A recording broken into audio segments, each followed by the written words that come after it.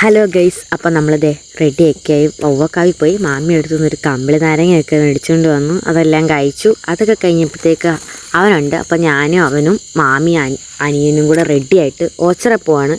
അങ്ങനെ ദേ ഞങ്ങൾ റെഡിയൊക്കെയായി. ഇതിപ്പോൾ മൂന്നാമത്തെ ഡ്രസ്സാണ് ഗൈസ് ഞാൻ മാറുന്നത്.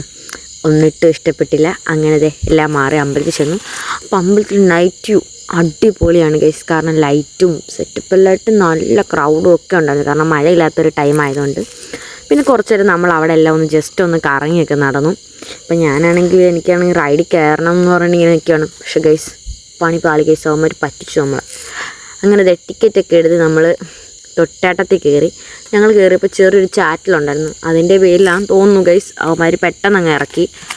വെറുതെ പൈസ പോയി ഗൈസ്. ഞങ്ങൾ രണ്ടിനും വെറുതെ കയറി ജസ്റ്റ് ഒന്ന് കറക്കിയതുള്ളൂ. പക്ഷേ ഒരു കാര്യമില്ലായിരുന്നു ഗൈസ്, വെറുതെ പേടിക്കുകയും ചെയ്തു. കാരണം തൊട്ടി ഫുള്ള് സൈഡിലോട്ട് ചരിഞ്ഞു പോയിരുന്നു ഗൈസ്. കാരണം ഒരു സേഫ്റ്റി ഇല്ലാത്ത ഒരു റൈഡായിരുന്നു ഈ പ്രാവശ്യത്തെ.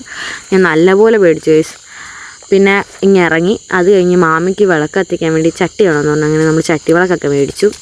എനിക്കാണെങ്കിൽ ചെവി വെക്കുന്ന എനിക്കതറിയത്തില്ല അതിൻ്റെ പേര്, അത് മേടിച്ചു തന്നു.